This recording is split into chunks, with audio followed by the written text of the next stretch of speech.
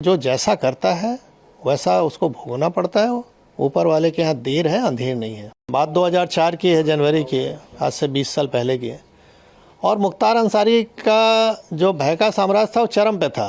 वो खुली जीप में मऊ दंगों में घूमता था जहाँ कर्फ्यू लगा है। उस समय मैंने लाइट मशीन गन रिकवर की।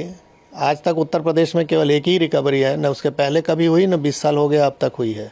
उसमें पोटा भी लगाया क्योंकि पोटा एग्जिस्ट करता था। तो मैंने स्टैंड लिया उसके प्रति कि नहीं, ये गलत है और ये हो, इसको जेल जाना होगा। मुलायम सिंह की सरकार तत्कालीन अल्पमत की सरकार थी, किसी भी कीमत पे इसको बचाना चाहते थे। उन्होंने अंत में हम लोग पर प्रेशर बनाया, अधिकारियों पर प्रेशर बनाया। जब कोई नहीं सुना तो आईजी जोन जो थे उनका ट्रांसफ़र, डीआईजी रेंज का ट्रांसफ़र, एसएसपी एसटीएफ हमारे थे उनका ट्रांसफ़र। आप बिल्कुल सही कह रहे हैं। बात 2004 की है, जनवरी की है, आज से 20 साल पहले की है। और मुख्तार अंसारी का जो भय का साम्राज्य था वो चरम पे था। और सरकार द्वारा जब समर्थन ऐसे माफियाओं को हो जाए तो आप समझ सकते हैं। मैंने अभी आपसे कहा कि वो खुली जीप में मऊ दंगों में घूमता था जहाँ कर्फ्यू लगा है। किसी की हिम्मत नहीं हुई उसके प्रति कुछ बोल दे, कार्रवाई की तो छोड़ दीजिए। और उस समय मैंने लाइट मशीन गन रिकवर की। आज तक उत्तर प्रदेश में केवल एक ही रिकवरी है, न उसके पहले कभी हुई, न 20 साल हो गया अब तक हुई है।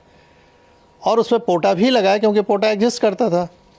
तो मैंने स्टैंड लिया उसके प्रति कि नहीं, ये गलत है और ये हो, इसको जेल जाना होगा। लेकिन मुलायम सिंह की सरकार तत्कालीन अल्पमत की सरकार थी, किसी भी कीमत पे इसको बचाना चाहते थे। और उन्होंने अंत में हम लोग पर प्रेशर बनाया, अधिकारियों पर प्रेशर बनाया। जब कोई नहीं सुना तो आईजी जोन जो थे उनका ट्रांसफ़र, डीआईजी रेंज का ट्रांसफ़र, एसएसपी एसटीएफ हमारे थे उनका ट्रांसफ़र। और अंत में ऐसा माहौल बनाया गया कि मुझे भी रिज़ाइन करना पड़ा 15 दिन बाद ही। लेकिन मैंने रेजिग्नेशन में लिखा और जनता के सामने इस चीज़ को रखा आप लोग के माध्यम से कि देखिए, जनता पॉलिटिकल सिस्टम में आप ही ने चुना है इस सरकार को। और किस तरह की ये सरकारें चल रही हैं कि जो माफियाओं के निर्देश पे काम कर रही हैं। हम लोग चुन के आते हैं, सेलेक्ट होते हैं, नहीं जब तो बोला जाता है कि आप पब्लिक सर्वेंट हैं।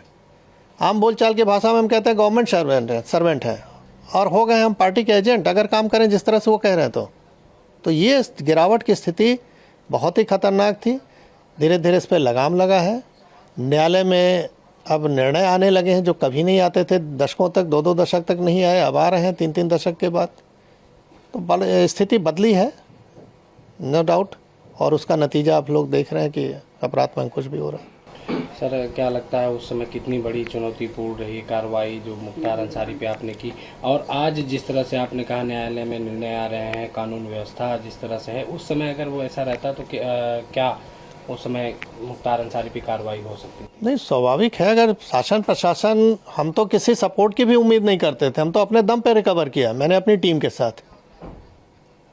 तो हमको सपोर्ट की ज़रूरत नहीं है, हमको तो हम ड्यूटी है मेरी, हम कोई मेहरबानी नहीं कर रहे थे किसी पे। हमारी ड्यूटी है कि ऐसे असामाजिक तत्वों को रोका जाए जो जनता के लिए कहर बन सकते हैं। तो मैं तो अपनी ड्यूटी कर रहा था। अगर मुझे ये ड्यूटी केवल करने दिया जाता, मुझे सपोर्ट की कोई ज़रूरत नहीं। सपोर्ट तो सिस्टम बना हुआ है गवर्नमेंट के कि हमको फोर्स दे रखा है, हमको आर्म्स एम्युनिशन दे रखा है।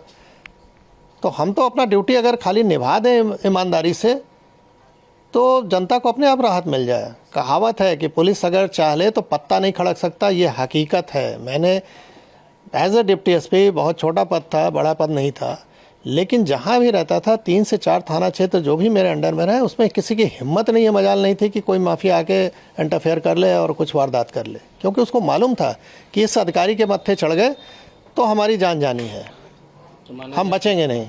आपकी कार्रवाई के बाद फिर आप पे दबाव बनाया गया? वही कि दबाव नहीं बनाया गया होता तो मैं इतनी अच्छी नौकरी क्यों छोड़ता भाई। जब मुझे लगा कि मैं अब कुछ नहीं कर सकता इन लोगों के सामने, तो कम से कम बाहर आके जनता को तो बताऊं कि हो क्या रहा है।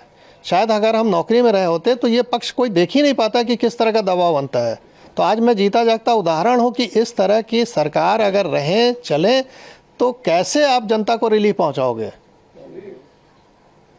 अगर सरकार सही नहीं चले तो अधिकारी काम नहीं कर सकता है। तो मैं बाहर आके इस चीज़ को रखा, जान जोखिम पर अपने डाला, परिवार की जान जोखिम में डाला।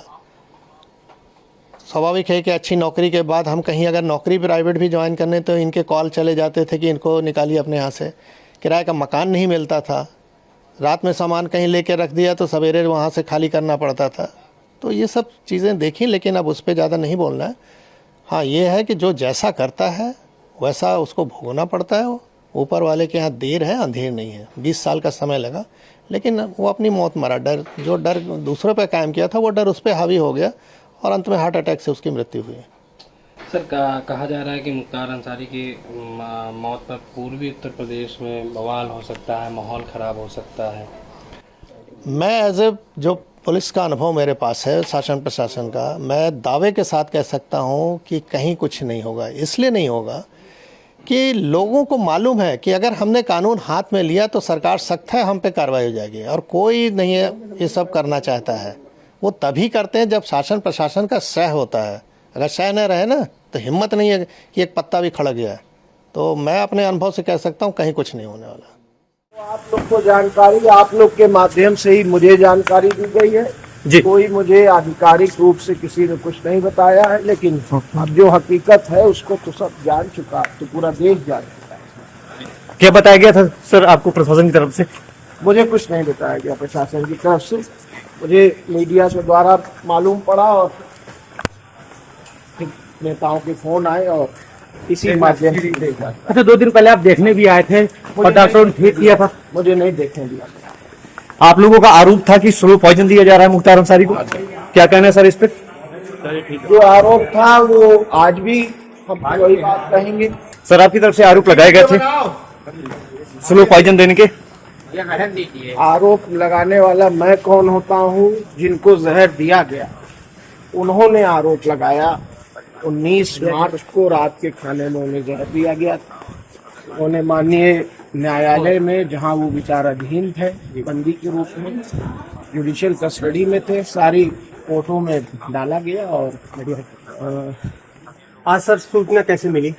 मीडिया के माध्यम से। मीडिया आगे क्या कार्रवाई करेंगे सर आप लोग? आगे जो है सब होगा। अब ये कोई समय नहीं है कार्रवाई बताने का। सब आप लोग भी इंसान हैं, मैं भी इंसान हूँ, और आप लोग को पता है कि मेरे ऊपर क्या बीत रही है। सर, उनकी इससे जांच की मांग करेंगे?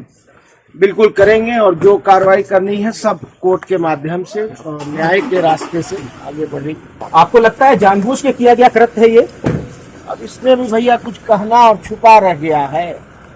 जो व्यक्ति अपनी मुट्ठी ना बंद कर पाता हो, जो व्यक्ति इतना कमजोर हो कि उसको खुद ही जेल प्रशासन लेकर आईसीयू आता हो, और खुद ही 12 घंटे बाद 14 घंटे बाद उसको फिट बताकर पीठ ठोक कर के जाइए आप, ठीक है, और 14 घंटे बाद जेल की तन्हाई बैरिक में भेज दिया जाता हो।